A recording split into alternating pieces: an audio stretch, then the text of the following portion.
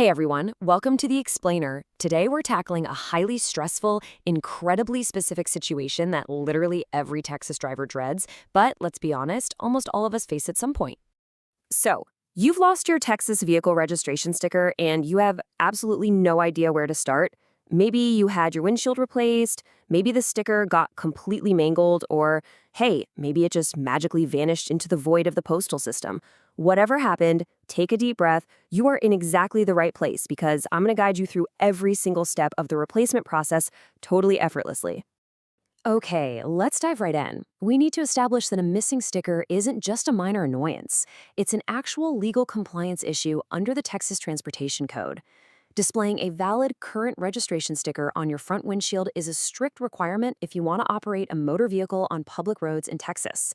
Basically, if you're driving around with a bare windshield, you are committing a traffic violation. That means you are risking getting pulled over and handed a real citation by law enforcement. It's just not worth the risk, especially because, as you'll see, the fix is pretty straightforward. Here's our quick roadmap for today's explainer. We'll look at the missing sticker problem itself, meet the almighty form VTR-60, weigh the pros and cons of mail versus in-person, troubleshoot some special cases, and finally, make sure you stay completely legal on the road. All right, starting off with Section 1, the missing sticker problem. Let's see how this all ties into the 2 steps, 1 sticker rule. You see, since March of 2015, Texas moved to what they call a 2 steps, 1 sticker system. This simply means your car doesn't get a separate inspection sticker anymore. That one single registration decal sitting on your windshield serves as combined proof for both your vehicle registration and a passing vehicle inspection. Because it proves 2 incredibly vital things at the exact same time, the state naturally has some pretty tight protocols on how to replace it if it goes missing. Which brings us right to Section 2. Meet Form VTR-60, the golden ticket to getting your replacement. And here is the absolute top of the exact form you're going to need. It's officially called the Application for Replacement License Plates and/or Registration Sticker, but you'll usually just hear it called VTR-60. It's a simple, single-page document managed by the Texas Department of Motor Vehicles, and it is your primary tool for getting that windshield decal replaced. The best part? You can easily download and print this PDF online before you even leave your house. Once you actually have the form in front of you, you'll need to fill out these 2 main sections meticulously. Over in the applicant information area, they want your full legal name, your physical address, phone number, and email. Then the vehicle information section requires absolute 100% accuracy. You are going to need your full 17-character vehicle identification number, your VIN, along with your current license plate number, the year, the make, and the body style of the vehicle. Seriously, take your time here. If you make a mistake in this section, your application is definitely going to be delayed or even rejected. Now, are you ready for the absolute best news in this entire explainer? Well, dealing with any kind of bureaucracy is basically never fun. The cost to solve this particular problem is incredibly manageable. The standard state replacement fee for a registration sticker is literally just $6.50. Yep, that breaks down to a $6 base fee plus a 50-cent automation fee. When you compare that to the steep cost of a traffic ticket for an unregistered vehicle, $6.50 is an incredible bargain. However, while the fee is low, the legal stakes of the paperwork are actually pretty high. You absolutely need to take the certification section at the bottom of the form seriously. By signing it, you are officially certifying that the sticker is truly lost, stolen, mutilated, or illegible. The form explicitly warns in plain English, state law makes falsifying information on this application a third-degree felony. So, trying to lie about a lost sticker just to get a freebie for an unregistered second car, yeah, that carries severe legal weight in Texas. Don't do it. Moving right along to Section 3, mail or in person. It's time to choose exactly how you want to submit this thing. Now, while routine annual registration renewals can be done super easily online through the Texas by Texas portal, actual replacements for lost stickers cannot. No online option for this one, folks. That leaves you having to weigh the convenience of dropping it in the mail against the lightning speed of an in-person visit. Let's break down exactly what each of these channels requires so you can figure out the best route for your own schedule. If you do decide to go the mail route, you can't just shove the form in a blank envelope and hope for the best. First, you have to include a copy of an acceptable, unexpired, government-issued photo ID. You also absolutely must include a check or money order for that $6.50 fee.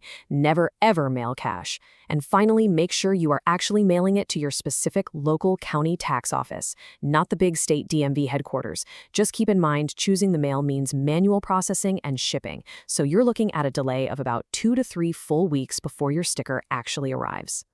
Because of that wait time, the single best way to immediately secure your legal driving status is simply visiting your local tax office directly. By going in person, you completely bypass those postal delays, and you get to walk right out the door with your brand new physical decal in hand. Plus, you can pay right at the counter, where they usually accept a wider variety of payment methods, and you get to verify all your details face-to-face. Oh, and here's a quick pro tip to expedite your trip. Try visiting the county tax office during off-peak hours. Think mid-morning on a Tuesday or Wednesday. You'll usually skip the crazy long lines. All right, on to Section 4, troubleshooting and special cases.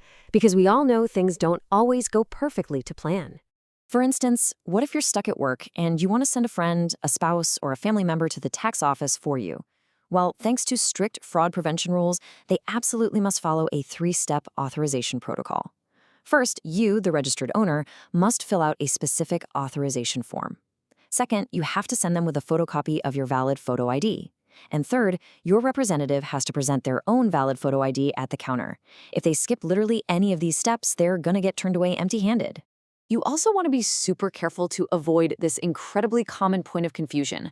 We've talked a lot about Form VTR-60 today, but remember, you only use VTR-60 for the physical windshield decal or your metal license plates. If you simply lost your paper registration receipt, the piece of paper you keep shoved in your glove box, you need a totally different form. Form VTR-275, the Request for Texas Motor Vehicle Information. Trust me, you do not want to mix these up after waiting in line at the tax office. And here is a massive pitfall you definitely need to avoid. When you renew your registration online, the state gives you a digital receipt. That receipt grants you a 31-day legal grace period to drive around while you wait for your new sticker to arrive in the mail. But listen closely. Waiting for a mailed replacement sticker using Form VTR-60 does not offer this same legal buffer. There is no automatic temporary receipt generated from mail-in replacement. If you drive while waiting for the mail, you are still totally risking a citation. Now, what if you did everything perfectly? You've renewed online, the state processed it, but the Postal Service just lost your sticker in transit. If this specific scenario happens to you, definitely inform your county tax office. Under the lost in transit rule, they actually often have the statutory authority to totally waive that $6.50 replacement fee, basically acknowledging that the post office losing it was entirely out of your control. Which brings us to our final section. Section 5, stay legal on the road. Let's build your action plan.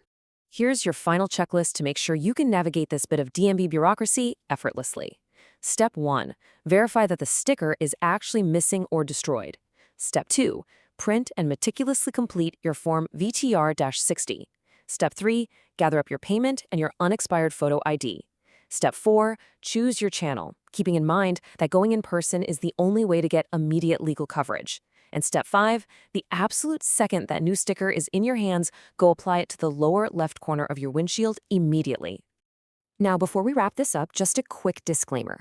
While the Texas Transportation Code and state laws are universal across the board, keep in mind that Texas has a whopping 254 counties. That means your specific county tax assessor collector might have some slight variations in local fees, processing times, or accepted payment methods. For example, some counties might charge a slightly different automation fee. So just to be safe, always verify the exact details with your local authorities or their official website before you mail anything out. So, check your windshield today to ensure you're totally legal. And if you aren't, well, you now have the exact roadmap to fix it. We really encourage you to check your registration status regularly, because staying proactive is definitely the best way to avoid surprise fines.